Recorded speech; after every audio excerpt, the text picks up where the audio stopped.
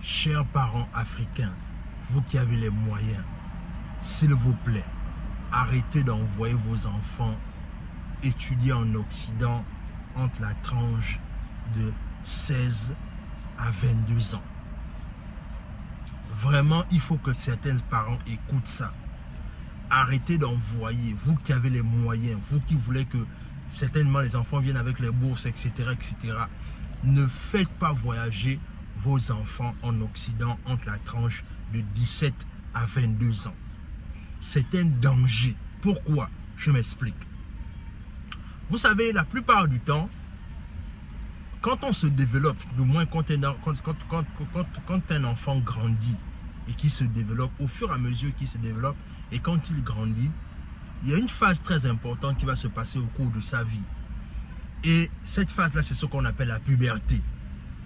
Et souvent, la plupart du temps, les enfants qui viennent en Occident, c'est-à-dire les enfants qui ont été précoces en Afrique et qui viennent pour étudier en Occident, la plupart du temps, ce sont des bombes, ces enfants-là. C'est-à-dire que ce sont des enfants qui ont fait des prouesses dans les études. Et la plupart du temps, quand ils décident de venir étudier ici, la plupart du temps, ce sont des enfants qui sont encore immatures. Dans le sens là où ils ne connaissent pas grand-chose de la vie. Ils sont encore un peu naïfs en ce qui concerne les réalités de l'Occident. Et la plupart du temps, ce qui va se passer, c'est que ce sont des personnes qui vont faire confiance facilement. Mais le problème dans ça, c'est quoi? C'est-à-dire que quand ces enfants-là arrivent en Occident et que la plupart du temps, ils font vite confiance aux parents, aux personnes ou encore aux inconnus rapidement, quelque part, ça peut être un danger pour eux en fait. Je m'explique.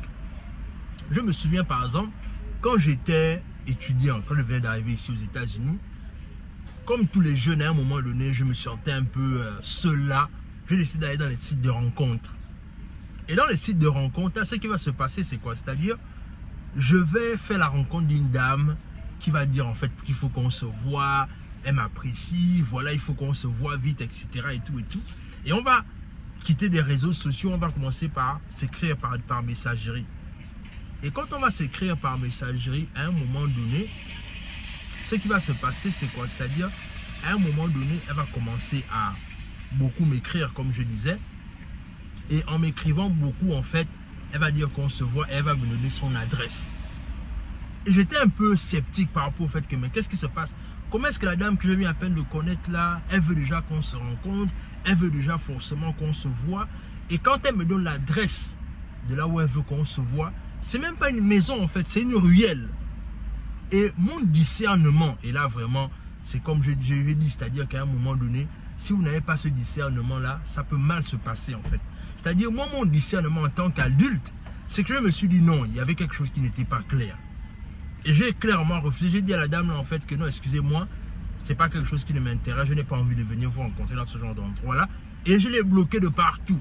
Mais imagine-toi par exemple, si c'était un jeune qui venait d'arriver en Occident, qui n'a pas encore fini de grandir et qui fait confiance à tout le monde rapidement et facilement. À un moment donné, vous voyez que là, ce jeune-là, en fait, devait clairement se retrouver dans ce guet-apens-là. Et c'est comme ça qu'aujourd'hui, on devait certainement constater l'irréparable.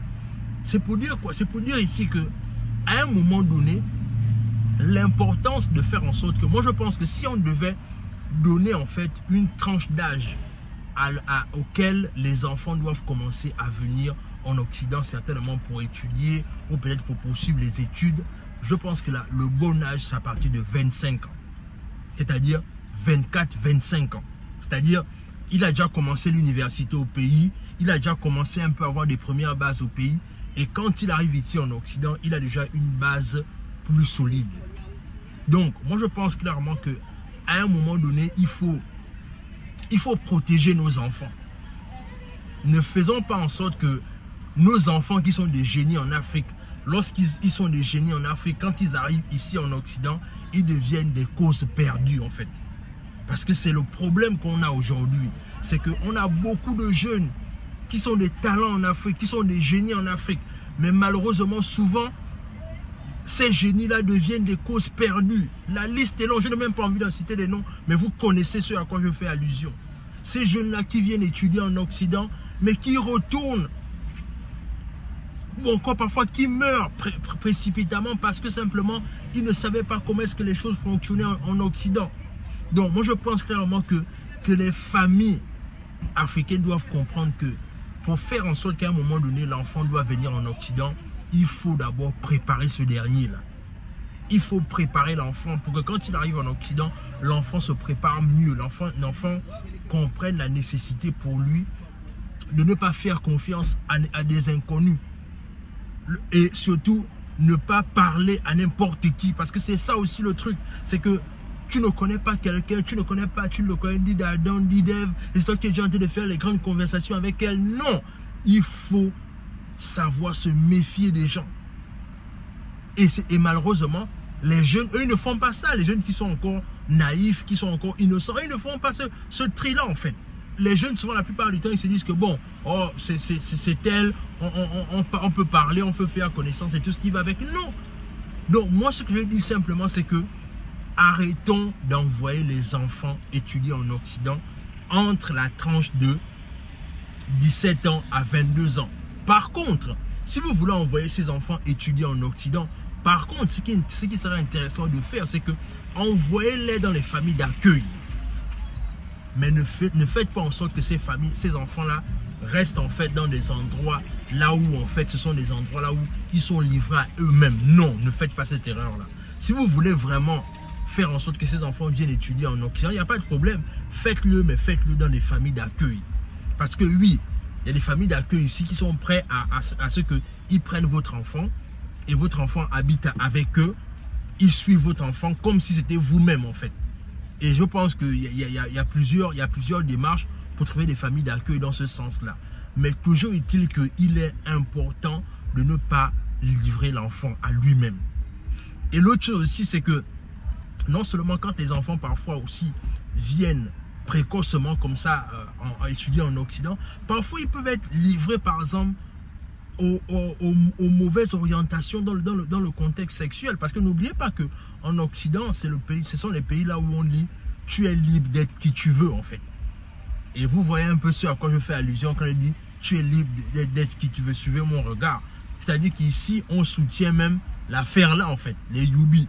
Donc c'est pour dire ici que il faut faire en sorte que, encore une fois, quand les enfants veulent venir étudier en Occident, préparez d'abord leur comportement, leur mental dans les universités africaines sur place. Maintenant, après, ils peuvent venir et continuer les études ici.